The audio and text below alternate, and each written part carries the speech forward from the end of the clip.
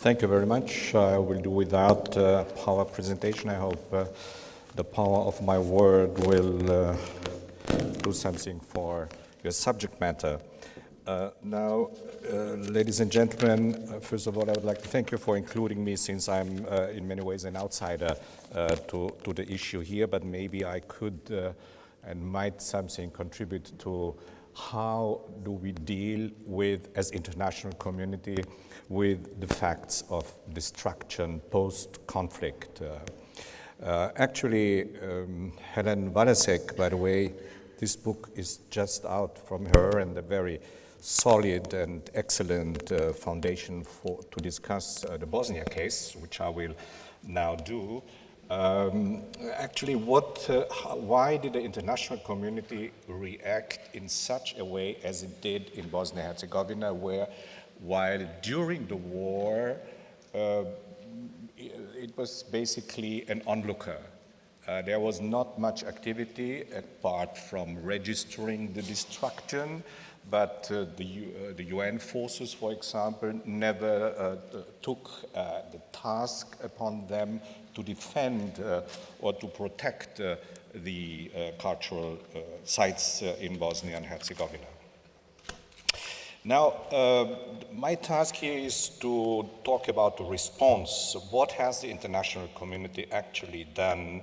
And I would like to share with you some of my own very practical experience, having been the so-called High Representative of the international community for Bosnia and Herzegovina around the turn of the century, 1999 to 2002, actually the crucial years after the war in the implementation of the Dayton Peace Accords.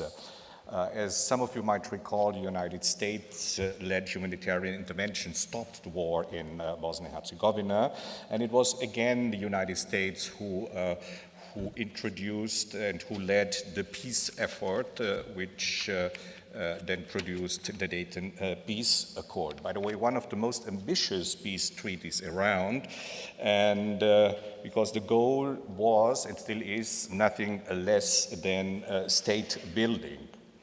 Now, Dayton is remarkable for several reasons. For geopolitically speaking, clearly this was the US unipolar moment where the United States could indeed dictate what should happen. It was also this kind of feeling of a positive feeling, I would say, of this kind of liberal imperialism, a can-do mentality when stopping in particular wars and asymmetric conflicts.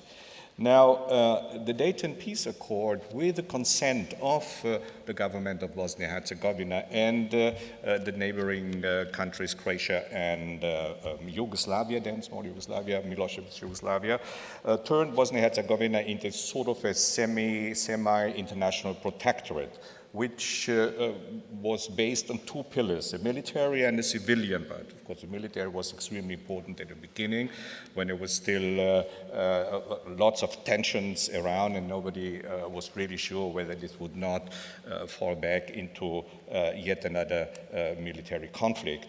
Now, the civilian part of the peace implementation effort, which I was in charge of, was the so-called Office of the High Representative. This is an ad hoc international organization that was specifically designed for the implementation of the Dayton Accords. And it is indeed part of the Dayton Accords as one of the annexes. Now, the so-called High Representative there, the top civil administrator, is the final authority in theater, as the Accords put out, with two very important features. The High Representative as a person, this is directly vested into his position to impose legislation and to dismiss by decree public figures, which unfortunately I had to do more than 100 times. Now, the stated goal of the Dayton Accord was to reverse the impact of ethnic cleansing, to preserve the unity of the state, and to bring back, in particular, the more than 2 million refugees and IDPs internally displaced persons. Of course, the priorities at the beginning were far more directed towards the humanitarian issues.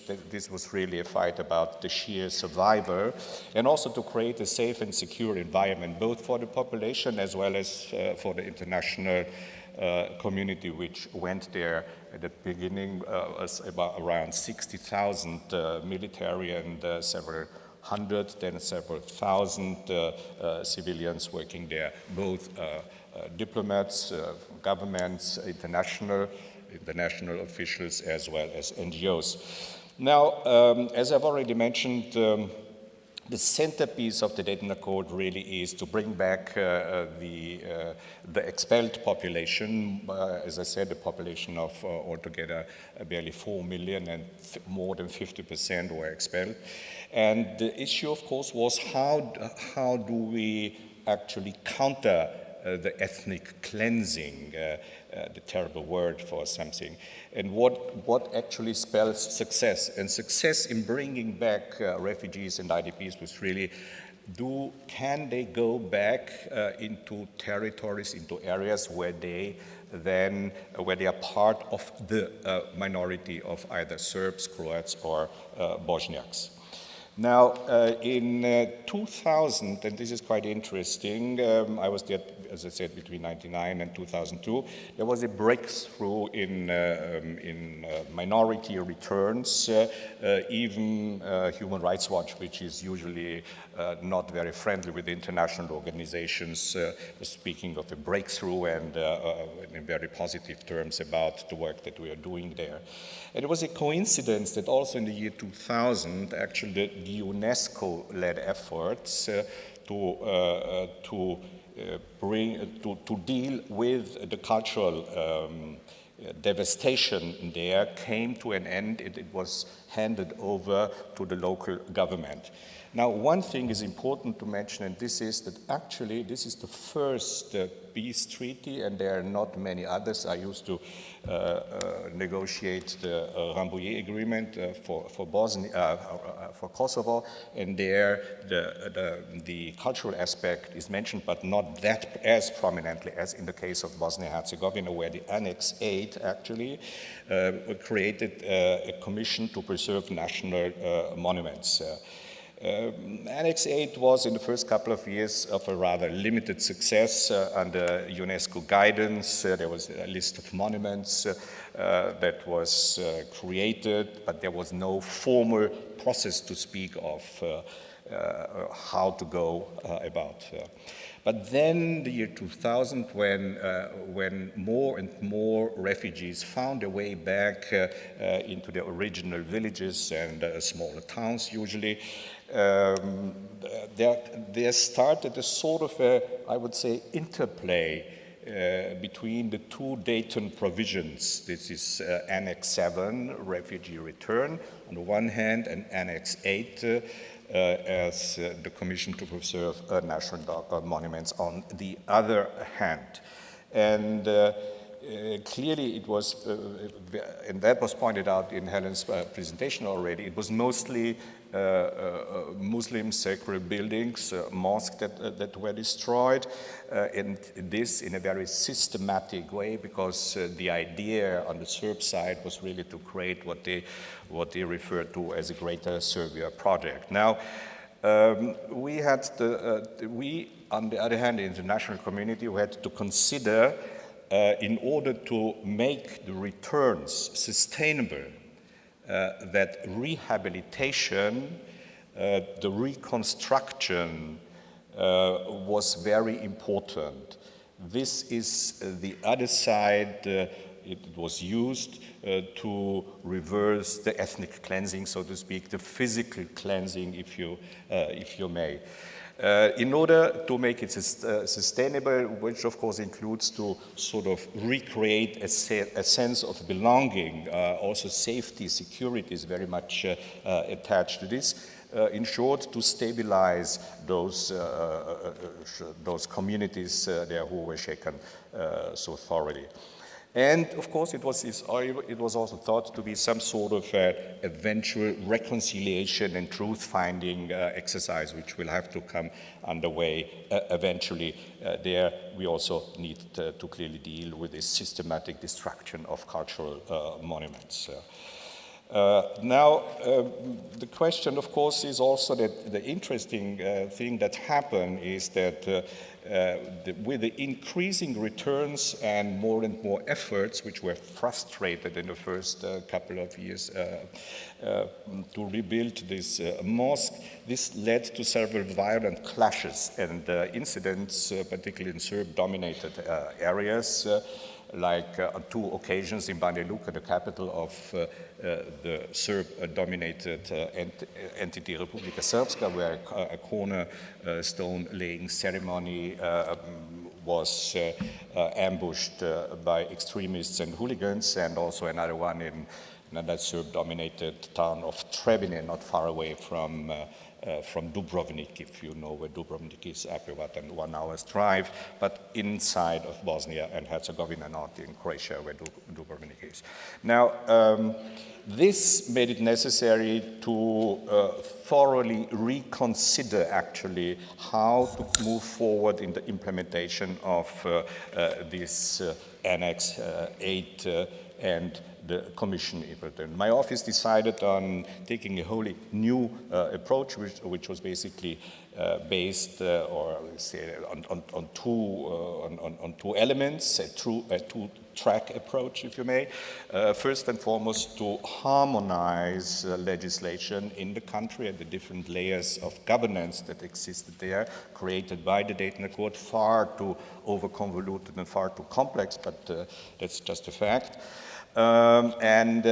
This legislation basically served to hinder and to obstruct any meaningful action there, not just in the cultural field, of course, in many other fields as well. And secondly, to reconstitute this commission for the cultural monuments. At the time, and when in preparing for this small and short lecture, I went over the papers from that time, and there I reread a letter which I wrote to the UNESCO Director General at the time, where I complained about the Byzantine jungle of non-uniform laws concerning construction permit application.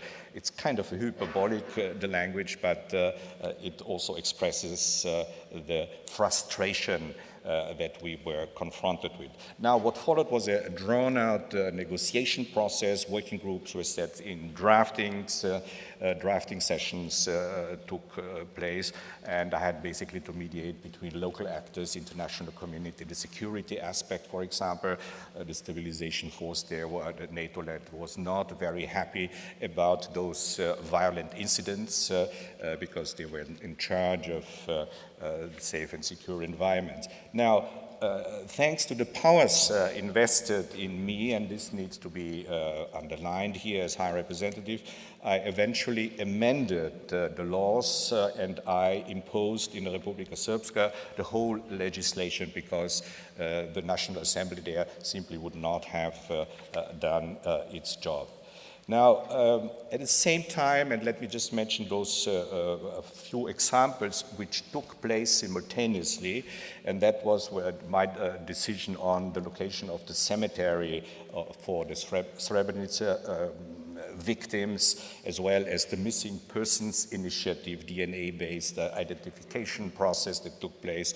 And we also very much supported the ICTY, the Yugoslavia Tribunal, to include cultural genocide in it. And on the other hand, there were also business activities where one was trying to, so to speak, disrupt these cultural reconstructions. Of course, this all was intended to foster normalization and to support the community building efforts. Now, 15 years on, Bosnia-Herzegovina is still a very much divided society. I'm afraid that it's on a downward spiral, but there are also some positive things. First of all, the commission, the Annex 8 Commission, is arguably the only success story when it comes to the state-level institutions in Bosnia-Herzegovina. We know that all the so-called national museums and galleries are closed. There is no money for this, but above all, there is no common narrative for the state of Bosnia-Herzegovina. Maybe we'll speak later on about the lessons, because there are some that could be drawn from Bosnia-Herzegovina. Thank you so much.